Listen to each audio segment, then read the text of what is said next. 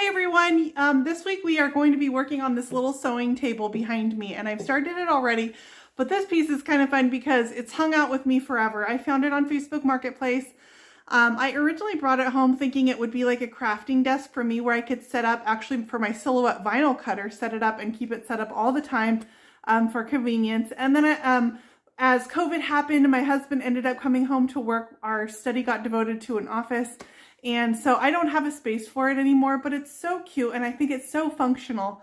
So it sat in my workspace forever because pieces that are going to be for ourselves always wait the longest, right? And I'm finally getting around to doing it, but this piece was in rough shape, you guys. It needs a lot of love, So it's going to take a lot of repairs to get it. And then we're going to do some specialty finishes that help camouflage some of the age to this piece, but it's so functional and I just love the shape and the style of it, and I think the finish in it is going to be really classic and feminine. So this is going to be a fun one for me, and I hope you guys enjoy. And I'm here today to talk to you guys a little bit about the Dixie Belle Stain and Odor Blocking Primer called Boss. So what Boss stands for is blocks odors, stains, and stops bleed through. The next thing I need to decide is what color of Boss do I want to put on. So Boss actually comes in 3 different colors. This example here is the white. This goes on white and it will dry in white as well. It also comes in clear, which looks like white in the package and it will go on looking white, but it actually dries to a really matte clear. And then Boss also comes in a gray. So let's talk a little bit about when you would decide to use the white, the clear, and the gray. So as a general rule, if I'm doing extremely light colors like white, light gray, a cream, some of the colors in the Dixie Belle fan deck would look like these colors here. I would choose white Boss for these. And that's because the white is going to take my dark wood and it's going to take it to a color closer to the finished look that I desire. So when you're choosing your Boss, you want to consider the finished look that you want for your piece. If I'm going for darker colors, anything in this range here, I would want to go ahead and use my gray Boss. The gray is going to be closer to the finished look of these colors here. And so gray would be the appropriate primer for that. If you desire to distress through your paint and see the wood through underneath, then you're going to want to use your clear Boss because that's not going to leave a color on your piece. So when you distress, you're going to have a clear finish that's going to show through to your wood. So white for lights and white colors, the gray for medium to dark colors, and then the clear if you want to distress through and see the wood underneath. Okay, so the instructions for Boss say to go ahead and stir your product really well. So I've got a stir stick here and we're going to go ahead and stir our product really well. We're going to go ahead and start with the clear. You want to make sure you stir it really well. Pick up all of anything that may have settled from the bottom of the container and stir that into your Boss so it's nice and mixed. That's going to give you the full effectiveness of the product. So you want to go ahead and put on a coat of Boss. It is recommended that you wait 24 hours between coats for them to dry. 2 coats are recommended. So after your 24 hours, you would come back and apply your second coat. So Boss does go on really nicely. It is a water-based primer. So you can use your nice Dixie Belle brushes. I'm going to go ahead and use my Dixie Belle Mini, and we're going to test the clear, the white, and the gray Boss on this piece here. So let's go ahead and start with our clear. Okay, you're going to notice with your clear Boss that when I'm putting this on, it does look a little bit white. And that helps me to be able to see where I've actually applied my product to.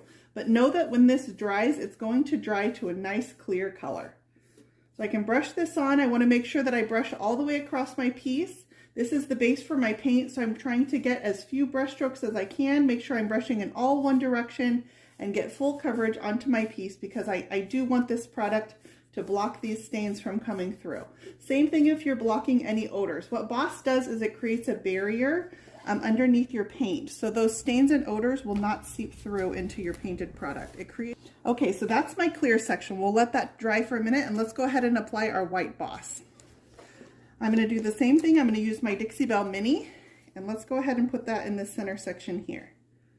So the white will go on white and this will dry white as well. So this is what I would use for the white painted finish that I'm doing on this piece here.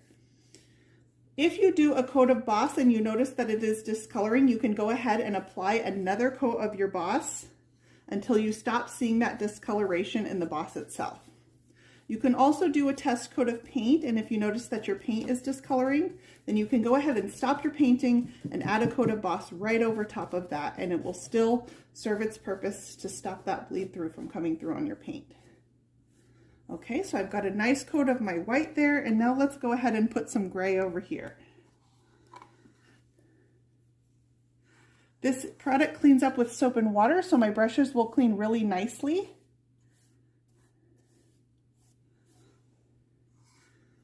And this actually helps cover this dark wood. So for example, this white finish that I'm doing, this will help me cover this dark wood and get to my white finish. Okay, let's go ahead and let these dry, and we will come back and put a second coat on.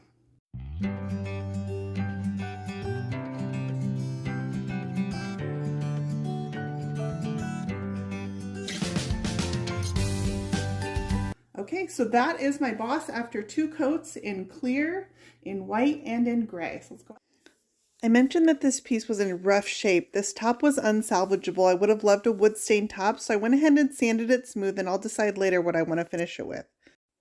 As far as the body, my plan is to camouflage some of the damage with a textured finish.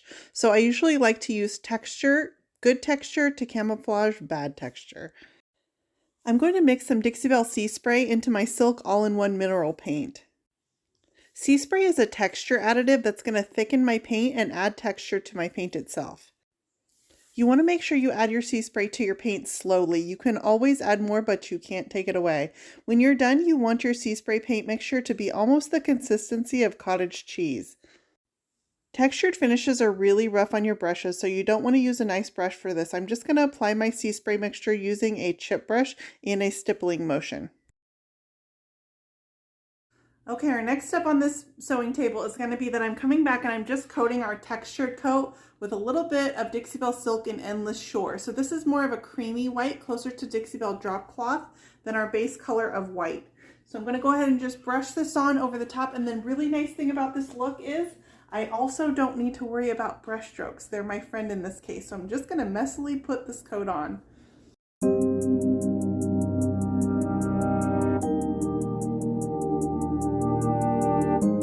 The hardware for this piece is pretty damaged and banged up, but I do try to use original hardware whenever I can.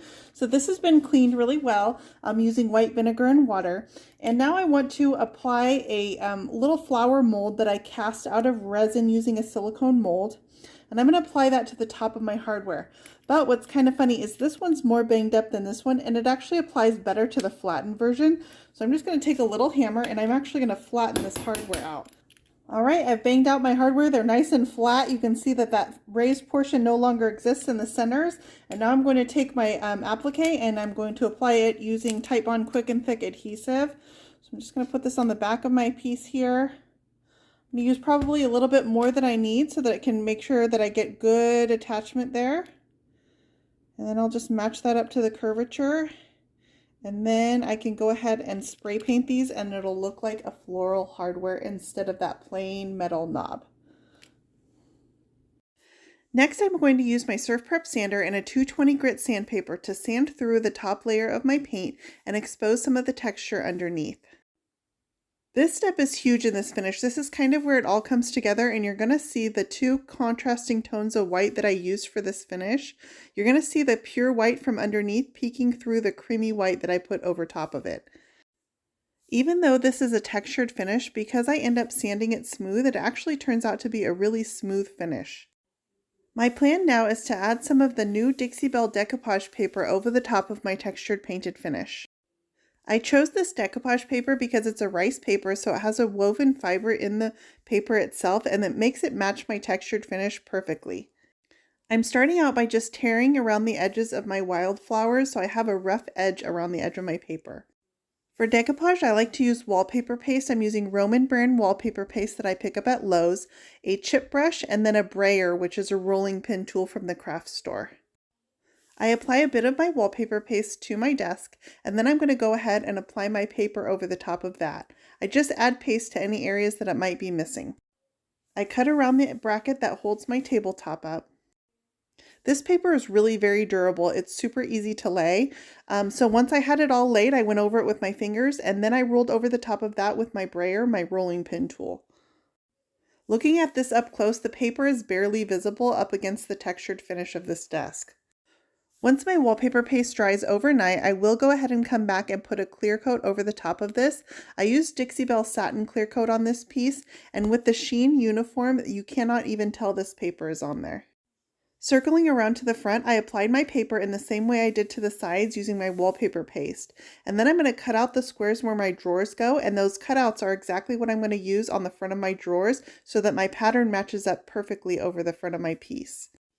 I always make sure I have a fresh razor blade on my X-Acto knife when I'm doing decoupage. Makes it much easier to cut the paper when your knife is nice and sharp. I repeat this same process all the way around my desk, applying my wallpaper paste, laying my paper, rubbing it with my hands, and then going over it with my brayer, my rolling pin tool. I did end up coming back later and painting the sides of these drawers with Dixie Plum Crazy, just for a little pop of color when you pull the drawers out that also ties in with some of the colors in the wildflower design on this paper. When I apply clear coat over the top of my decoupage paper, I make sure that it saturates my paper from the top. And that way I've got the wallpaper paste from underneath, the clear coat from over top, and I know this paper is nice and encapsulated and protected. If you want to know that this process works, all I have to tell you is I've had to remove it before and I know this paper is stuck on there. This decoupage paper is great too because it has a pattern repeat, which means I can run an endless number of sheets end to end and the pattern will always match up, so I can make it as long as I need to. It ran all the way around the edge of this desk in a seamless pattern. I just come back after I lay the paper and wipe away any excess wallpaper paste that I may have gotten around the edges if I brushed too much or if any of my paste kind of leaked out from the back behind my paper, so that I don't have any of that on my surface. Decoupage is actually a really simple process. It's basically laying wallpaper in a miniature version. If you want to see another video using decoupage, I did one last week also in a completely different look with a different type of paper. And so that goes to show you the endless styles that you can get using papers over furniture pieces. I pick up beautiful decorative papers all the time. If I find a pretty gift wrap at the store, I'll pick that up. I like to find vintage wallpapers on Facebook Marketplace. And then I've got a few favorite resources for papers like society6.com. I like to get wallpaper also from wayfair.com. But I'm super excited for these new decoupage papers from Dixie because they have some really great designs and they really laid so easily. Along this side right here, you can see where I'm going to seam together two pieces of paper and that seam virtually disappears. A few things to know. I did at first think that I wanted to leave the legs on this desk a wood color, but I thought it looked kind of dated when I was done, so I ended up painting them with my same sea spray mixture that I used on the body. I chose this wildflower print because it gave a nod to the bohemian feel of this desk. I kind of pictured it being a vintage sewing desk that it would be for a little girl who's home doing distance learning, or it could be for a perfect craft station for someone, or even a sewing desk as it was intended. It's very universal. Let's revisit the top on this piece. I really struggled with how to finish the top on this. I went through a couple different ideas and nothing seemed to be working. So here's kind of what I ended up with. After I patched any uneven spots with Dixie Mud, I brushed on a really streaky coat of Dixie Sandbar in Hurricane Gray. And you can see that I'm just streaking them together at random using just one brush, and I'm using my chip brush so it has nice texture. My thought here was to kind of give a wood grain look using an uneven brushed finish. Once I had this really uneven brush finish on, I decided to come back and put on a coat of Dixie No Pain Gel Stain in Walnut. Here's what the top looked like before I put my walnut gel stain on. I brushed on the gel stain also using a chip brush so it gave this really streaky finish.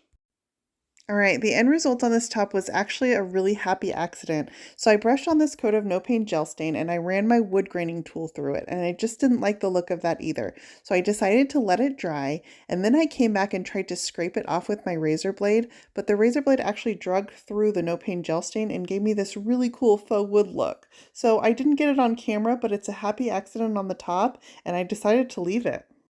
So here's the finished product on this one, a really cute vintage sewing desk that's super functional and really cute too. I like how all these finishes turned out and how we were able to save this piece and give it some character with the finishes we used. If you enjoy this video, I hope you'll click the subscribe button. You can find more Brush by Brandy on Facebook, Instagram, Pinterest, and YouTube.